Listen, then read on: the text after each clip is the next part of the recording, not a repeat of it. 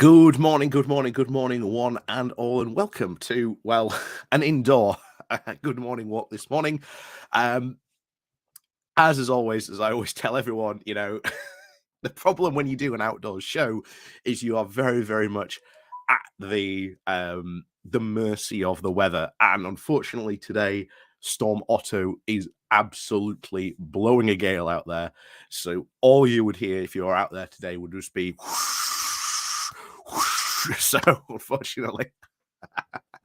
So we are indoors today.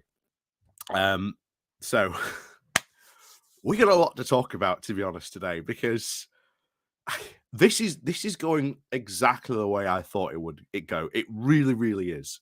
It really, really is going the exact way I thought it would. But before we get on to anything else, like I say, good morning. How are you all today? Welcome to the Good Morning Walk indoors today. Like I say, courtesy of Storm Otto, I believe it's called. At least I think we're at Otto, I believe. But as always, guys and gals, let's welcome the people in the chat. So we've got Chthonic, good morning to you. Chatty Rat, good morning to you. Nick B, good morning to you. Cathal OG, will there still be ponies? Maybe. I don't know. We'll see. Dave W, good morning to you. Ben Ridings, good morning to you as well. Andrew Wilkins, good morning to you. Have we got anyone else that I might have missed? Wendell 17, morning from Ddorf. Good morning to you. Calliope, good morning to you. Tilly the Coder, good morning to you. Conservator, good morning to you as well. Have I missed anyone out? Alan Martin, good morning to you as well. So, like I say, don't be afraid. Say hello, say good morning into the chat. Like I say, I think we've got a pretty good community going on here, to be honest. So, yeah, as always, thank you, as always, for joining me today. Oh, yes, Tom Nielsen, good morning to you as well. Did I miss you out? If not, good morning to you. But, yeah, we've got some interesting times ahead, I think. Certainly covering Brexit. And, of course, predominantly, it's all about the Northern Ireland Protocol. Predominantly, it's all about the Northern Ireland Protocol. Oh, good morning to you, Helen Wilkes, as well. Good morning.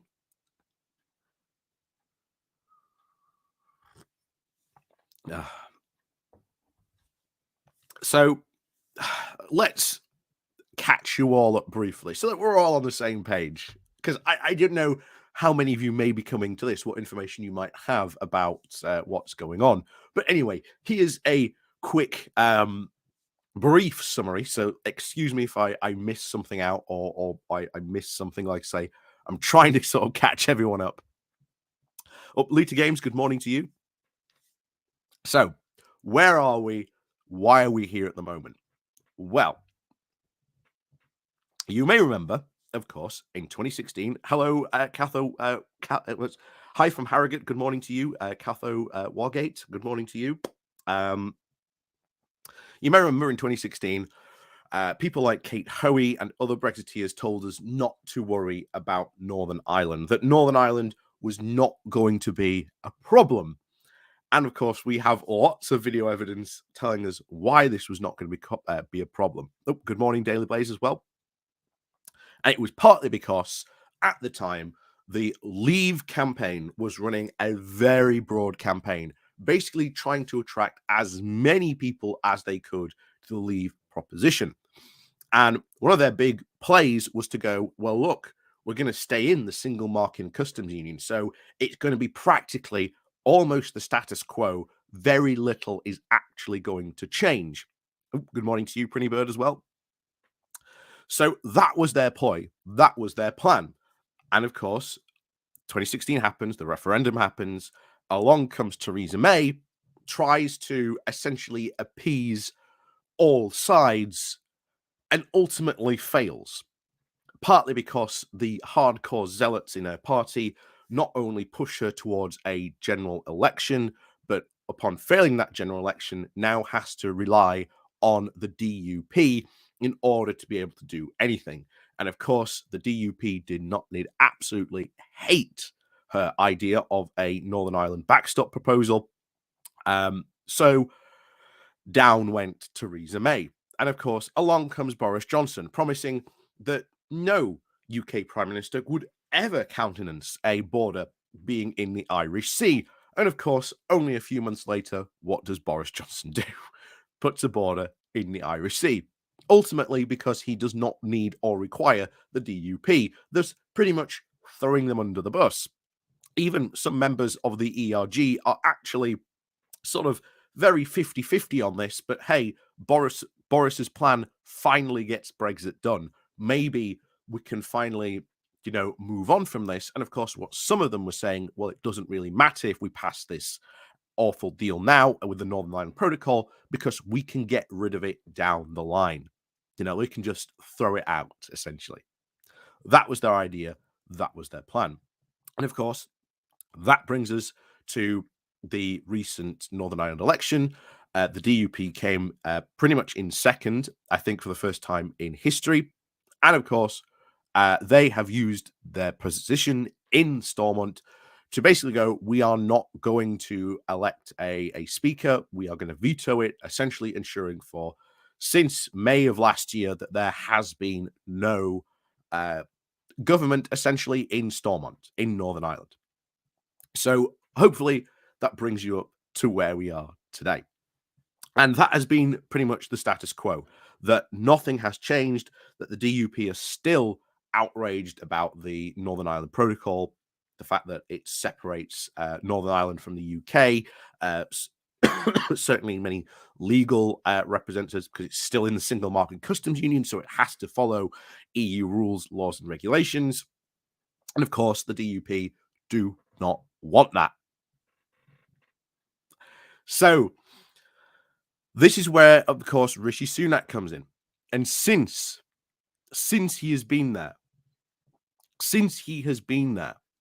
there has been very, very much so a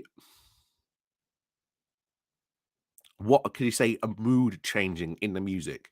Rishi Sunak is actually, for once,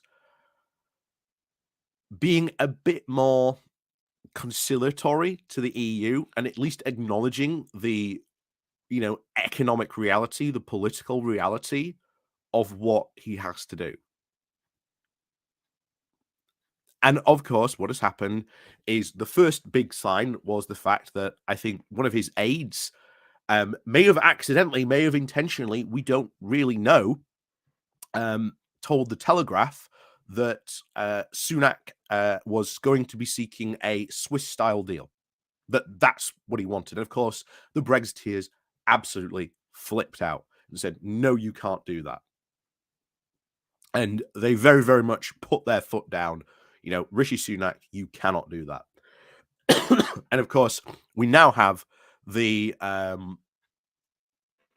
whole EU retained law bill, which when that goes through is going to cause even more problems. If it goes through, I must say, if it goes through, because I am hoping Sunak does at least the smart thing and boots this into the long grass. If he doesn't, well, it's going to cause even more problems, not only for just the Northern Ireland Protocol, but the entire trade agreement that we have, or at least currently have, with the EU. And that is also where the EU are going to put on retaliatory tariffs, because we've signed a level playing field agreement saying that we will at least match or better EU standards and regulations. Now, currently, that is the same, the point. But of course, you get many Conservatives going around saying, oh, we want to diverge. Well, what do you mean diverge? Many of these cases, when you look at them and you actually ask them what they want to do, they're talking about a worsening of standards. So this is where we are at the moment. Of the DUP are ultimately, their aim is to get rid of the Northern Ireland Protocol. You've got the ERG, who is being ever vigilant for anything that might be seen as a capitulation to the EU. So those are really sort of your two parties. And as we always said, they are going to sort of link arms together and very much lead any forefront to unnerve Sunak about this completely. So that's where we are.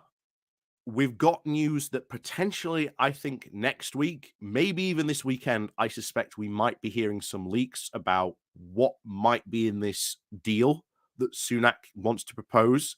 And of course, we've already heard the DUP and the ERG both come out and say, yeah, we're not signing it.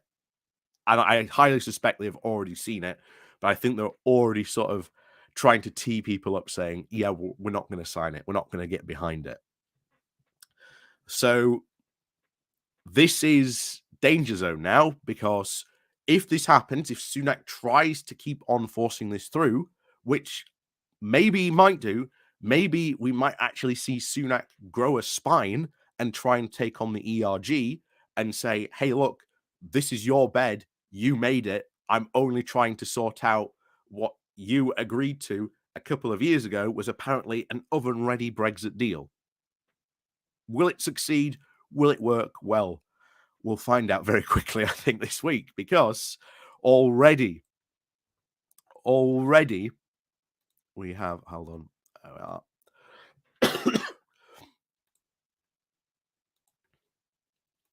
Because already we have this. Sunak facing threat of Tory rebellion over Northern Ireland Protocol plans.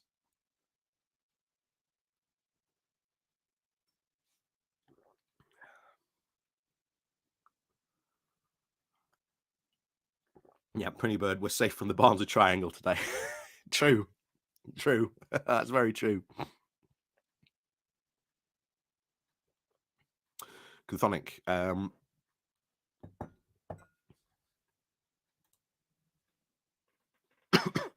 But is it a quote new deal, or is it Sunak just telling the UK public it is in order to save face when he agreed to implement the Tory deal? Well, again, I think it's not going to be a new deal. I think that it's going to be basically changes to the Northern Ireland Protocol, because the EU isn't really interested in going back to the negotiating table and trying to essentially negotiate a completely new Northern Ireland Protocol agreement.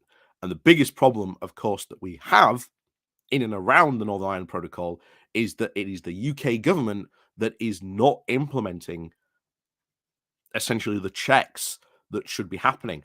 And an article, something I'm going to do later today, is you've had, I think it's Mini Batters, the president of the National Farmers Union today, has come out and said there is about to be a massive food scandal because the UK government is not implementing the Brexit checks that it should be implementing. They have continuously kicked the can of these checks down the road every single time, because they know the second they bring in these full checks when they should be bringing them in, this is going to cause huge problems down, not only just at the border, but even more with the Northern Ireland Protocol.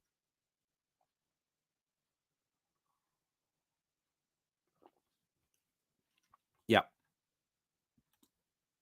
Exactly, Son of Viking. Yeah, it's not going to be they can change the protocol, but both sides have to agree to these changes. This is why we've seen the EU 27, or at least the leaders of the EU 27, be summoned to have a look at this deal regarding the Northern Ireland Protocol. So we can see that potentially there could be not a complete renegotiation of the Northern Ireland Protocol, but potentially some changes, because even the EU has said in the past the Northern Ireland Protocol is not perfect and there are problems, but even they've said, look, we can solve these problems by sitting down and negotiating. The big problem is you can't change oh dear me. The big problem is the DUP and certainly the ERG, and of course the fact that they do not want to implement some of these changes.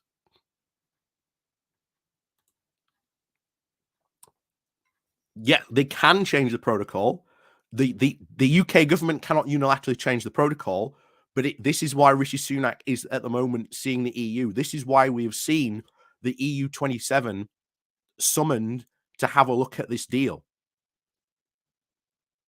So there is going to be potentially be changes to the Northern Ireland Protocol. But it's just what these changes are going to be, and will they satisfy the DUP and the ERG? I don't think they will. I think they haven't got a chance to satisfy the DUP. In fact, tell you what, before we go over this article, let us instead have a look at this, because this just highlights the problem even more. Oh, hang on, there we go. So this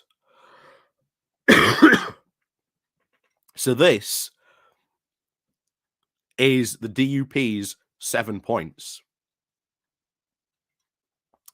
So hopefully you can, hang on, there you go. You can see them better now, but I'll read them out for you.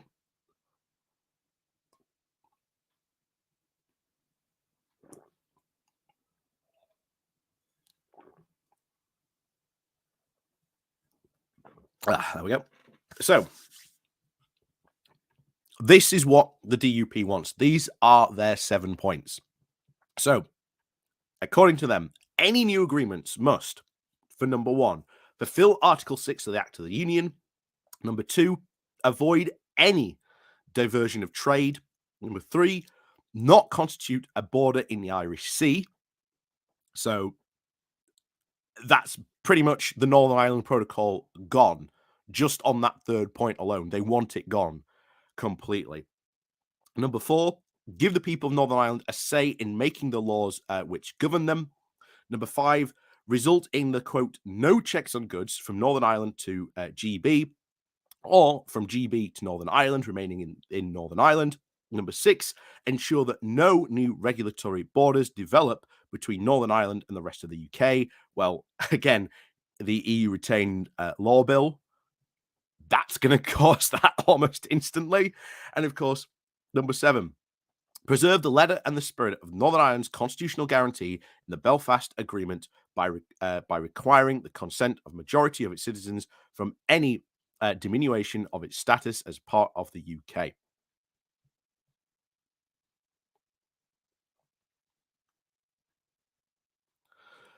So instantly, what matters here is the 3rd point, because the Northern Ireland Protocol pretty much puts a border down the Irish Sea.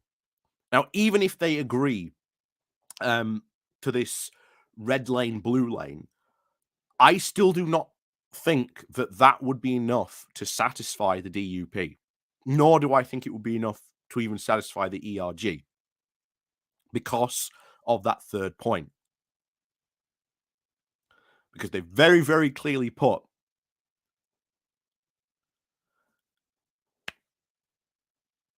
no border in the Irish Sea.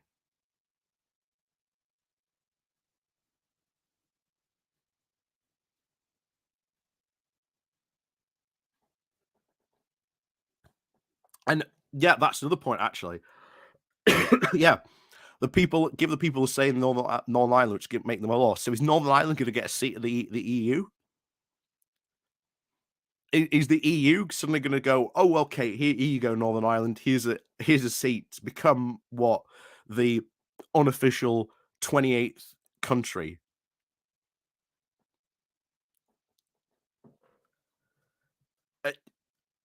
Are they serious? The EU's never going to go for this. The EU is never going to go for this at all.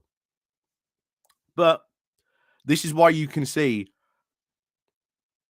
the ERG on this are just, it's not going to happen. As long as they are insisting on these 7 points, it's not going to happen. I do not see how they would accept anything that Sunak puts before them. And in fact, I am very, very much expecting this weekend for the DUP to probably leak some of, if not all of this deal. So we'll find out probably very soon. In fact, it's probably the Sunday papers where we'll probably get this leak in. So we'll probably find out tomorrow, if not Monday or Tuesday, I think it is, when we should see this. But you're going to get yet another deal which pretty much reflects the reality of what Brexit has essentially created. And yet the DUP and the ERG are going to absolutely refuse to even acknowledge that reality of something that they wanted and they created. So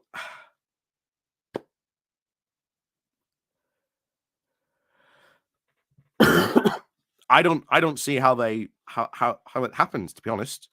I think with these 7 points, I just don't see how it happens. I mean, number 3 straight away just means we want the Northern Ireland Protocol gone.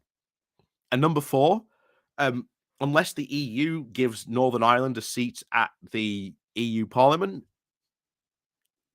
how do they get a say then on the EU laws? I don't see it. Oh, Cathode G. Yep.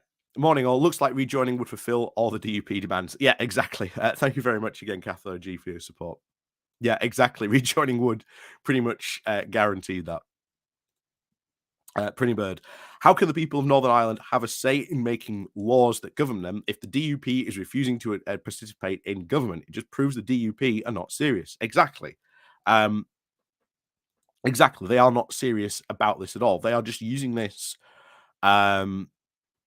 abstention by not going into their veto power in Stormont to protest about this because they're not serious about it. These aren't serious negotiations. And like I say, we will find out very soon how much the DUP are about to kick off. Oh, I guarantee you they're going to kick off. And if they kick off, the ERG are going to kick off as well.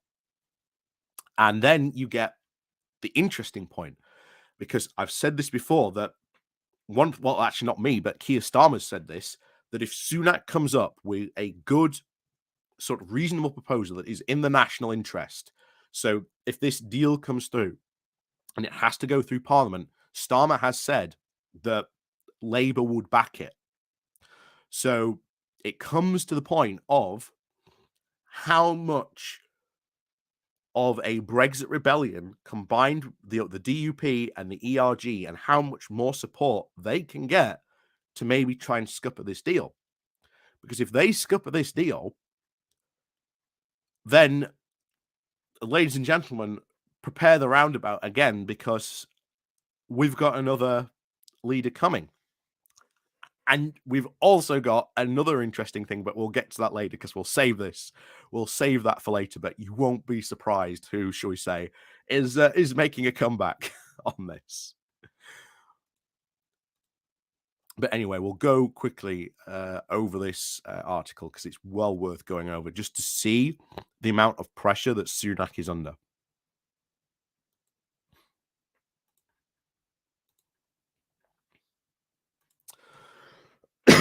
So, Sunak facing a threat of Tory rebellion over Northern Ireland Protocol plans. The PM is embarking on a weekend of diplomacy in an attempt to break the post-Brexit deadlock. Let's see how successful he is. So, Rishi Sunak faces the threat of a fresh, I say fresh, just another Conservative rebellion. And we always said this. We always said this, that Sunak's time as Prime Minister was going to be defined by these rebellions. And ultimately, there will just be a rebellion one too many. And either Sunak will just say, right, I've had enough. Let's just go for a general election. Let's try and get some sort of mandate. One which, again, if you look at the polls, he would ultimately lose very, very, very, very bigly, to use Trump's words. But yeah, it would not be good. And of course, even then, if he gets taken out, everyone is going to demand a general election, and whoever replaces Sunak is going to have to go to a general election, one again, which they will lose. Even if Boris Johnson comes back to replace Rishi Sunak, he would lose. He would lose big time. So, faces the threat of the fresh Conservative rebellion as he sets off on a weekend of frantic diplomacy in an attempt to break this post-Brexit deadlock in Northern Ireland, with some in his party fearing an intervention by Boris Johnson. And we'll get onto Boris Johnson's intervention reported in the Express in a bit. The Prime Minister has been warned. His proposed deal on Northern Ireland, the Northern Ireland Protocol, does not go far enough after talks with unionists in Belfast, in the Belfast Hotel on Friday.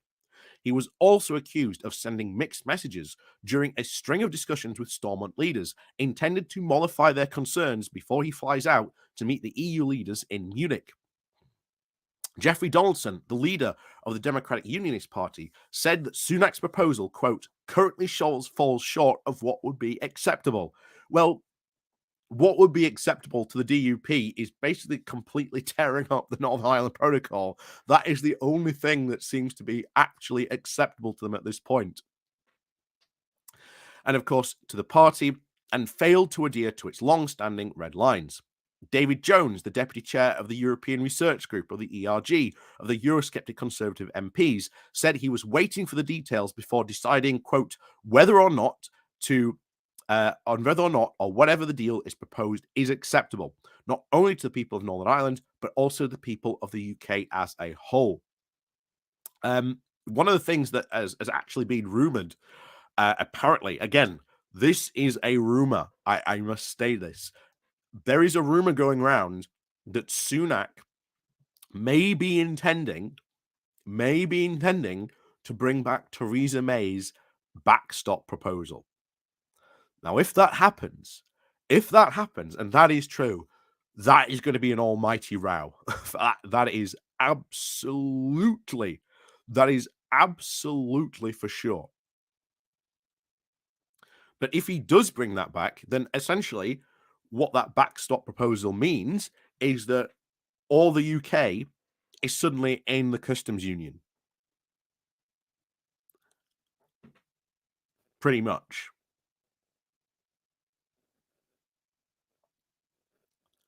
Whether this is true or not, I don't know. But this is one of the rumors that has been, shall we say, doing the rounds. How true or not that is, I couldn't say. But this could be interesting if it does turn out to be true. But he is not going to be able to pass that by the ERG. Absolutely not.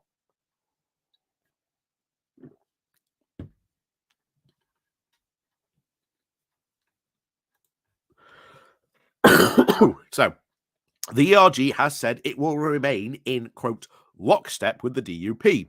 Well, it wasn't in lockstep when they originally voted for the Brexit deal, but hey, there you go. And has maintained its demands to remove any jurisdiction from Brussels from Northern Ireland. Hardline Brexiteers in the Conservative Party are suspicious of the concessions made by the UK and accuse the Prime Minister of being engaged in a rolling the pitch exercise rather than substantive discussion. So, as we've always said, any negotiation seen by these hardcore Brexiteers will always be seen essentially as capitulation. There's no other way they see it. Donaldson refused to criticize any of the particulars of the agreement and has maintained a conciliatory tone while saying the meeting, which overran from 15 minutes to more than an hour, as, quote, led to progress. Well, we'll see soon what these details are. He added, the decisions that will be taken by the Prime Minister and the European Commission will either consign Northern Ireland to a more division, or they will create a clear path towards healing and the restoration of the political institution. Donaldson hinted that he would not rush to accept a deal on Sunak's timetable, saying, I want to hear that Brussels will stretch itself to recognize the concerns of the unionists. This is a process to correct the wrongs of the last negotiation. No one should be able to lead by a calendar. Getting it right must be the goal, he said. Having deadlines for talks is not a bad idea. It basically means that you can't just keep on, kicking the can down the road, which is what the Brexiteers seem to want to do, to have forever negotiations until they got what they wanted. But that's why the EU insisted on the calendar, so that, they couldn't just end up in a cycle of forever negotiations. But Sunak was pressed to move swiftly to resolve the row over the protocol, which has left Northern Ireland without an executive and businesses in limbo. Leo Varadkar, the Irish, you're right, let's see if we can get it right. Taoiseach, I hope I said that right, said that when the windows of opportunity disappear, sometimes they don't reappear for quite some time. So I really hope that everyone in Ireland and Europe, in Britain and in Northern Ireland, will seize this opportunity if it arises. The UK Prime Minister is preparing to meet Ursula von der Leyen and the European Commission President on the sidelines at the Munich Security Conference on Saturday lunchtime, where the pair are likely to discuss the final contours of the agreement to replace the current trading agreements. He is also likely to meet leaders of France, Germany as well. And the UK Foreign Secretary James Cleverly has said his meeting in Brussels with the chief negotiator Marko Sovac and the diplomats from the other EU27 was constructive, and that the intensive work continues. He said, "We are in sight of the harbour, but we are not quite there yet." One EU diplomat said, "Nothing that Sovac had detected is a turning point in the British attitude since Sunak entered number 10. The tone was fundamentally different from what we have seen over the past 8 years. Sunak is more interested in finding actual solutions than posturing on solutions that are just solutions in name only." I want to actually recognize that fact, that there has been a serious tonal shift. I want to recognize the fact that there was a serious tonal shift in this. So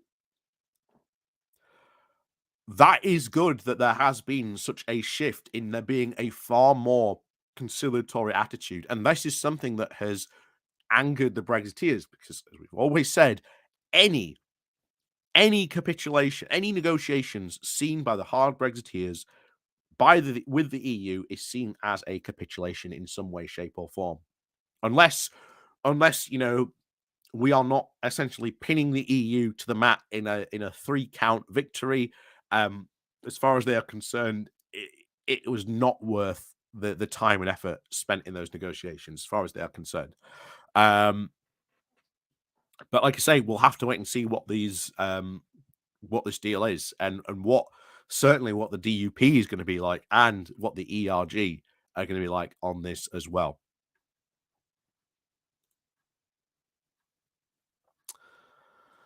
Where were we? Just name only said, late on Friday, Sunak said that there was more work to do on finding a deal to protect the Belfast Good Friday Agreement and the Northern Ireland's place in our single market, he added. Now it is clear that we need to find solutions to the practical problems that the protocol is causing families and businesses in Northern Ireland, as well as address the democratic deficit. Though number 10 sought to play down the suggestions that a deal had already been reached, expectations in Brussels and Westminster are that Sunak is pushing to secure one by Tuesday. Interesting. So we'll find out very, very soon indeed. A vote in Parliament could be held that day. Interesting. That could be very interesting on that day, if it's going to be pushed through that quickly, on the command paper containing the changes, with the Prime Minister facing the embarrassing prospect of a Tory rebellion if checks on goods between Great Britain and Northern Ireland and the role of the European Court of Justice as an arbiter remain. I don't see that changing, to be honest. I've heard that there's apparently meant to be a fudge being suggested about it, that that instead of it going instantly to the European Court of Justice, instead you're going to get a mixture of like a Northern Ireland judge and a European and an ECJ judge discussing it first, and then if it can't be resolved there, then it goes to the ECJ. It's very, very much a fudge, to be honest. But we'll see for it. We'll see. Like I say, we'll see what these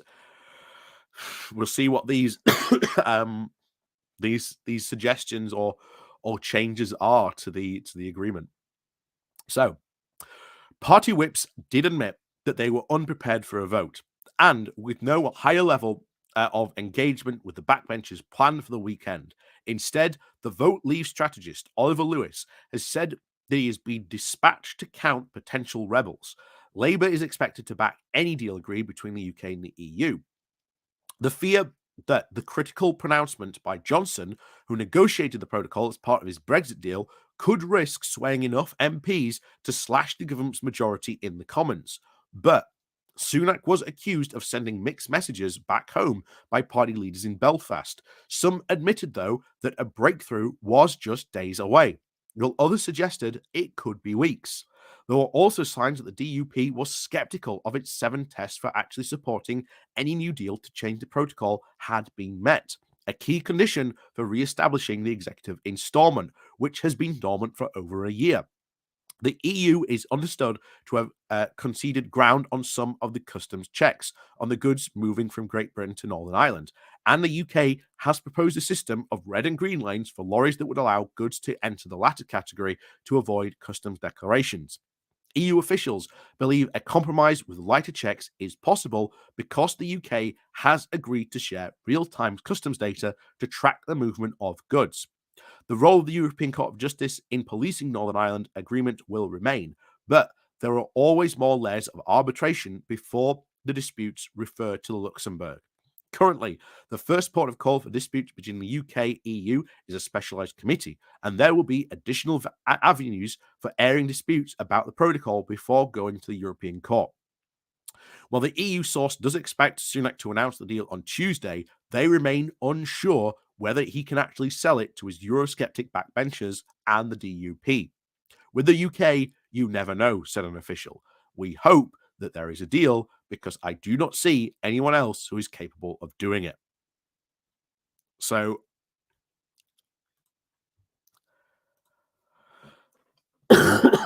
so this is going to be a week. I'm not going to lie. I think this week could end up being very, very interesting. I think this could be a very, very interesting week when it comes down to this.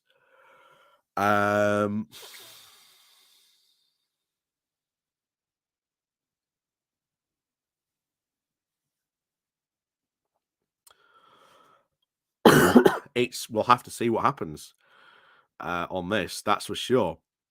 But I think Tuesday,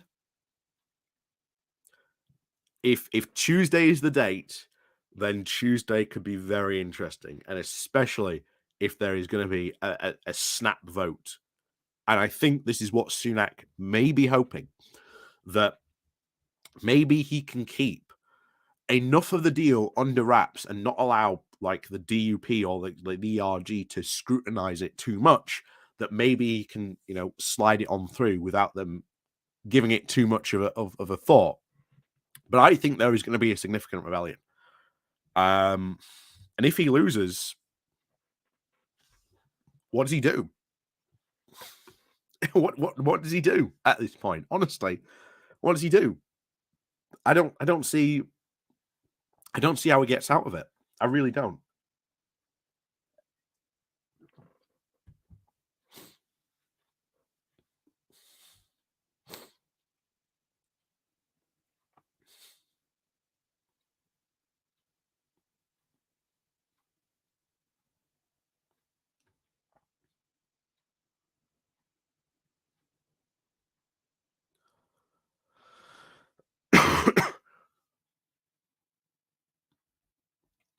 So this is the other thing that could be interesting, because there is now also expecting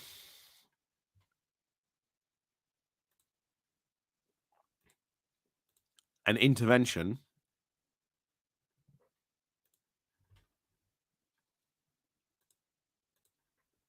by Boris Johnson.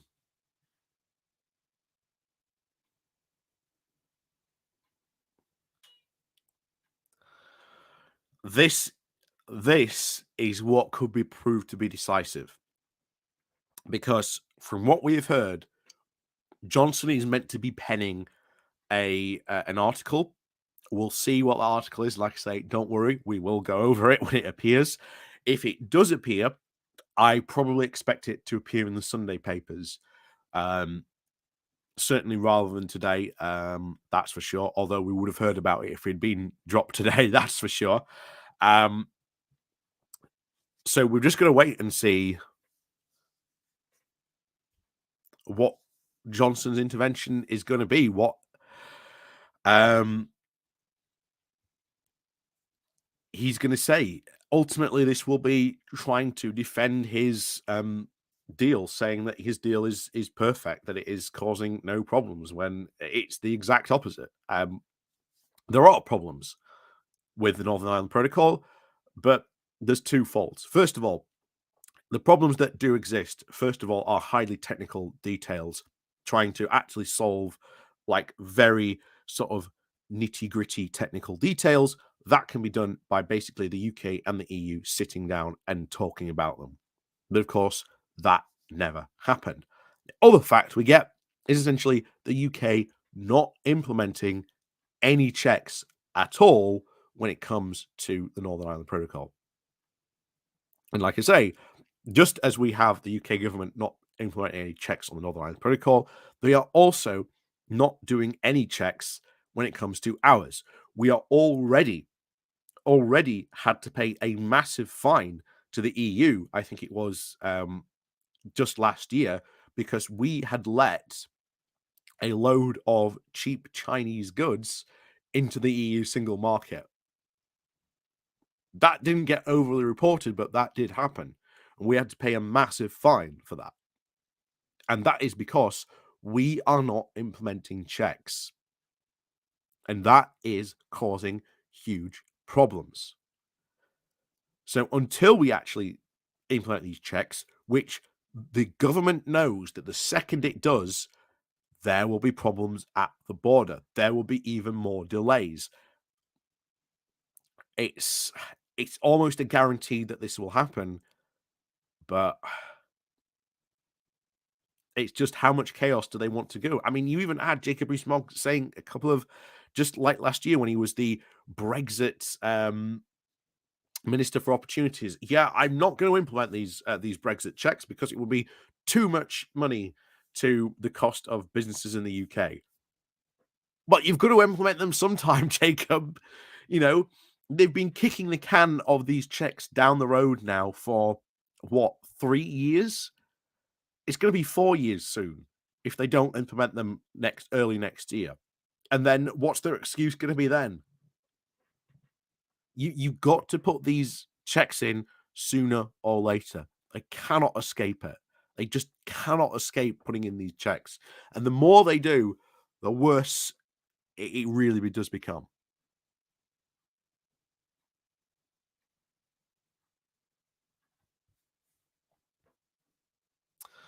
So let's have a look at what the Express has to say about this intervention that Boris Johnson is planning, because this almost certainly will be a deciding factor as to, can the Eurosceptics and the ERG and certainly the DUP pull enough Tories, or at least the Tory backbenchers, into supporting them and potentially defeat Sunak. If he does, who knows what could happen next? That's for certain. But if they do defeat him, then yeah, it could be in for a lot of trouble. Or if there is a narrow defeat, just enough, or maybe it's a very narrow majority that Sunak manages to scrape through, the ERG and the DUP are going to be causing trouble constantly for Sunak after this. And yeah, as I said all the time, Sunak, I think one thing that will bring him down will just be a rebellion, one rebellion too many. And all I can say is next week, it could be very fun. We could be doing another live stream, Oh, Sunak's having an announcement. What's he announcing? Oh no, he's resigned. Oh no. Oh no. Oh no.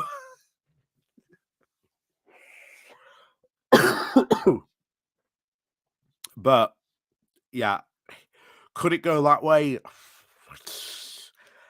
I really don't know. I really don't know.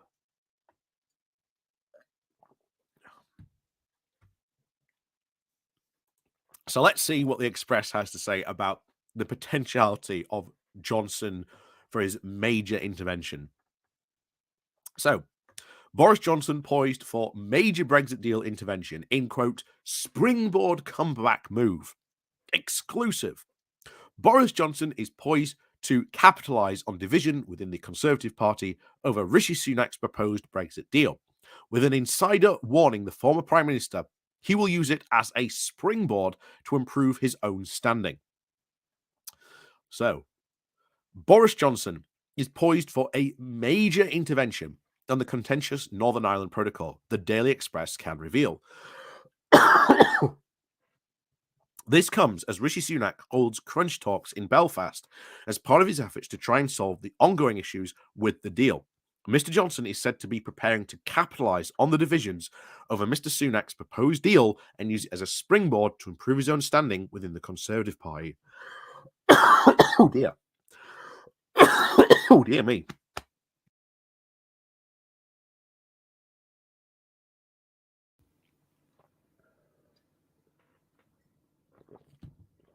Ooh. So, the Prime Minister arrived in Northern Ireland last night ahead of an announcement on the protocol expected to come next week, potentially as early as Tuesday. So again, Tuesday is being now flagpoled, or should we say, signalled as the big day next week. So mark your calendars, because it could get pretty wild. In the final issues that can be resolved. While Downing Street and the EU leaders are thought to be edging closer to an agreement, there are concerns that the deal will allow the European Court of Justice to maintain its role in policing the deal. This has been met with anger from members of the Northern Ireland Democratic Unionist Party and the right wing of the Tory party. A Conservative Party insider warned that the ERG is wound up. The Boris faction is licking their lips. The former Prime Minister is preparing to write an opinion piece on the issue, which is expected to be published in the coming days, the party insider claimed. So, well, like I say, when that piece gets published, we will absolutely certainly be covering it. They said it will, quote, it won't be all guns blazing. It will be, quote, classic Boris. He won't go out and say that the UK has been betrayed. He'll be a lot more clever than that. It will be something like, Rishi, I know you can get a better deal, while also being out there scheming behind his back. Oh, that'll be fun. Oh, I cannot wait for that, for Boris's intervention now. I generally cannot wait for Boris's intervention. I hope it gets released tomorrow. So, the insider claimed that Mr. Johnson will then, quote, come out swinging if Sunak doesn't deliver. Boris is waiting for the local elections in May. But this issue is the perfect springboard for what he wants, the source explained. The source close to Mr. Johnson said that they have played down the suggestion that he will make the intervention. The UK has been locked in talks with the EU of the Northern Ireland Protocol, which has caused severe delays and shortages since October of 2021. Mr. Johnson's behind-the-scenes manoeuvring comes despite the new polling showing that Mr. Sunak is more a popular choice among both the general public and Tory voters. Is that between Boris and Rishi? I suspect that will be the same, but who knows? A new poll conducted by Tenshi for the UK for the Daily Express found that 34% of the British public think that Mr. Sunak would be a better Prime Minister than the Uxbridge and South Ruislip MP, while just 28% that Mr. Johnson would be better. Again, you're polling at 34%. Those aren't good numbers. And if Johnson is only like at 28%, that's a pretty good gap he could close quite quickly if he wants to make this an issue. So for those who voted in the Conservative Party in 2019, 45% of people said that Sunak would be a better choice, while just 37% backed Mr. Johnson. The Leave voters were marginally more split on this issue, with at least 38% backing the current MP and 37% throwing their weight behind Mr. Johnson. Again, interesting. The DUP is currently staging a boycott of the Stormont Assembly in protest of the protocol, refusing to return until its 7 key issues with resolve of the protocol. Again, that's not going to happen because, as we've seen, those 7 points basically just mean, just rip up the Northern Ireland Protocol. That's essentially how it is. Reports do suggest that this deal will meet the DUP 7 tests. I don't think it will. I absolutely do not think it will, especially point 3 and point 4. How can they countenance a border down the Irish Sea when they've said they do not want a border in the Irish Sea? And of course, they want more say over the laws. Is the EU going to give them a seat in the EU Parliament? I very much doubt it. So, the reports do suggest that any new deal will meet the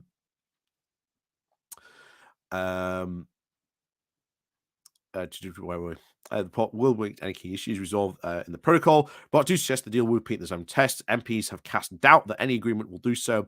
Result the concerns of the ECJ will maintain the role of police in the protocol. Bigger role of the ECJ will stall any progress. Dear me. In resolving this issue, it would also be unacceptable for both the DUP for many in the Tory right. Davis Jones, chief of the pro-Brexit Conservative European Research Group, told the Daily Express this week it is amazingly unlikely that 7 tests have been met. The ERG and the DUP are understood to be working in lockstep with one or the other, both being heavily opposed to the ECJ having a role in policing the protocol. Mr. Jones also warned the PM that he had not discussed the potential agreement with the powerful backbench group. Of course, he's not going to. Meanwhile, DUP MP Ian Paisley Jr. told the Daily Express last night that he was so far seen nothing that offers the basis to restore power sharing. What again? It's already pretty much on the books at this point that the DUP are not going to back this deal. I will be shocked if it is Tuesday they back this. I will be very, very shocked. He also called for Mr. Sunak to, quote, stand up to the EU, warning he can't just leave part of the UK subordinate to EU legal jurisdiction. Earlier today, the DUP leader, Sir Geoffrey Donaldson, told broadcasters it appeared that, quote, real progress had been made in negotiations between London and Brussels, but he cautioned that more work was needed to get a final deal over the line. So, the interesting point really comes there. The point really comes there is this intervention and what this intervention is going to be.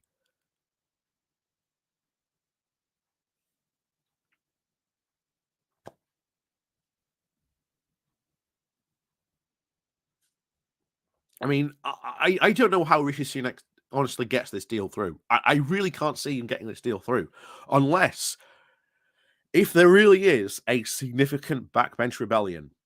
If there is a significant backbench rebellion from the Conservatives over this, I do not see how Rishi Sunak wins. And it depends how big a rebellion this is. But like I say, we'll find out on Tuesday, I suspect, whether this deal goes through or not. But I mean, there's 3 outcomes here. And let's just game them out. Let's see what happens. The first one is Sunak passes this deal. Great. Excellent. He gets the Labour support, to back the deal. The deal passes. The ERG and the DUP will complain, but really they haven't got a leg to stand on. Now, the next one obviously comes if this is a narrow victory. We're talking like a couple of votes. Then at that point, the ERG and the DUP will absolutely kick off. Absolutely. They will cry betrayal. They will start causing trouble for Sunak left, right, and centre. That is absolute for sure. They could start causing trouble. It's just a question of how do you how do you do this? What happens next? Does Sunak go, you know what, screw it, I know the trouble that's coming ahead? Like, does he do a David Cameron and no, I know the mess that's coming, I'm getting out while the getting's good? Does he try and stay? Does he try and face down the ERG and DUP? History has so far shown he has not had the spine to stand up to these different rebellious factions. And remember, this DUP faction, well, the ERG and this Boris faction combined together are going to be a pretty significant faction for him to face down. If he can't, and he can't see them off, then it's very likely there will be a leadership challenge. If there is a leadership challenge and there are those letters sent to the 1922 committee, well, here we go again, essentially. And of course, the final one is if he loses. Now, if he loses, it's pretty much the same scenario as the second one. You know, he's failed to pass the deal. He can't pass it. So what does he do? Well, he might have to go to a general election to say, hey, I need to pass this deal. I've got people in my party who are refusing to pass this deal. I'm going to go to a general election and make sure they have to pass this deal. Now, of course, in any general election scenario, currently at the moment, they lose. And they lose big time. So Sunak is going to want to try and avoid a general election at all costs. And here's the thing. The threat of Sunak to call a general election only works once. You can only threaten once to call a general election and not call a general election before someone calls your bluff the next time. Well, you said you'd call a general election last time. I'm calling your bluff. That's what will happen. It is a one-time card that Sunak can do. And he won't be able to do it. Crowman, remove the whip from the ERG. Oh, no. Oh, no. Sunak's not brave enough to do that. Sunak is absolutely not brave enough to do that. No way. No way in a month of Sundays is Sunak brave enough to remove the whip from the ERG. No whip, no 1922 letter. I don't know actually. Is that? I don't know. Are they still allowed to send? Possibly. I don't know if that's the case, to be honest. But I'll tell you what, they would be an absolute thorn in Sunak's side for the rest of his parliament. That would be essentially Sunak would be guaranteeing a forever rebellion.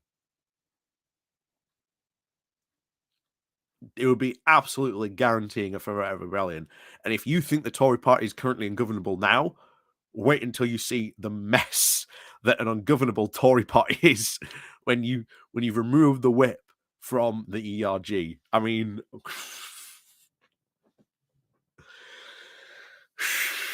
it's yeah.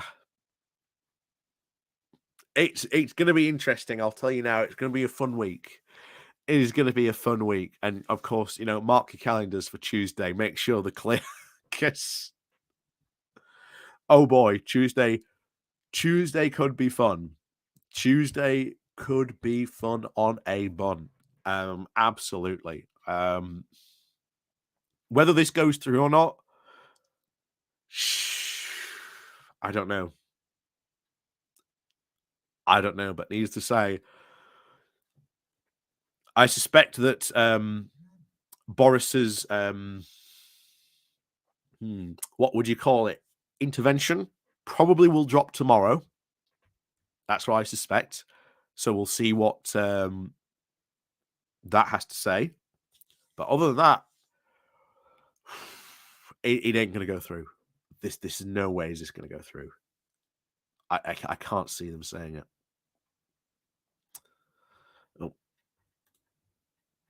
Sean, the DUP will say no unless their tests are met, which would mean essentially reversing Brexit or putting a hard border in the island of Ireland. Yeah.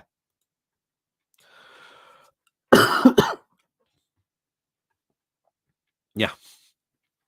It just seems that, like, since the Brexit result, Brexit has been slowly eating itself and just hasn't had its fill. Yeah, exactly. It just hasn't had its fill. It will. Brexit is the forever eating its own children. It is the revolution that just never ends. And here's the thing: we've compared, the Brexit revolution to a lot of other revolutions that have happened throughout throughout the world. You've got to look at the French Revolution that ended up with the hardcore extreme, zealots taking over, which ended up with Napoleon Bonaparte sort of eventually taking over and sort of calling an end to the revolution. I have come to fulfill the goals of the revolution, Napoleon Bonaparte claimed. I have fulfilled its goals. It has ended, he proclaimed. And then the English Civil War, numerous times, different factions were rising up, and there was a serious point at one point where Parliament was about to lose control of the army. Now, luckily, very luckily, the quote second phase of the English Civil War kicked off, which sort of put that potential rebellion to bed. But there was a point there where you had a very, very radical element of essentially the army rising up and saying, "Hey, all men should have the vote, not just landed gentry landowners." I know, radical, right? But that could have been an even bigger mess because they were wanting certainly other things from what I remember, which, don't get me wrong, historically would have been very interesting to see a direction and a way in which sort of the new model army sort of would have risen up against Parliament, taken over, sort of taken over the sort of the power structures, maybe even potentially removed sort of the landed gentry, maybe even potentially from Parliament taking over. It's all a very interesting what if scenario, but who knows? But yeah, this is what we've happened. This is what we've seen from other sort of civil wars or even revolutions in the past. Some revolutions started with the best of intentions, ended up essentially with the most extreme, rebellious, zealot faction ultimately taking over, taking control, and going wild and crazy in some cases. Other cases in some rebellions and revolutions did actually go sort of quite nice, but then of course there's always sort of the exceptions. Of course, the French Revolution being a classic example of, well, look, we just want to remove power from the king, to ultimately going, okay, no, actually we now want to completely remove any notion of monarchy or any sort of noble hierarchy. Essentially, it went from one extreme to the other. But yeah, again, revolutions crazy sometimes. But so yeah, like I say, thank you all very much for joining me today. Thank you very much for joining me. Like I say, inside, like I say, Storm Otto has been blowing up a gale, hence why we were inside today. Otherwise, you'd have just heard nothing but wind. So, as always, guys and gals, thank you very much for joining me today on today's fun adventure. As always, there are links down below to my Patreon page, the one-off donation link, etc., etc. You know the drill by now. And of course, do remember to hit the like and share button on your way out. And of course, do remember to leave a comment as well. Like I say, it helps with the algorithmical stuff. And of course, as always, have a fun weekend. If you can't be safe, be sensible. And as always, we'll see you next time, where we'll hopefully be outside for another good morning walk.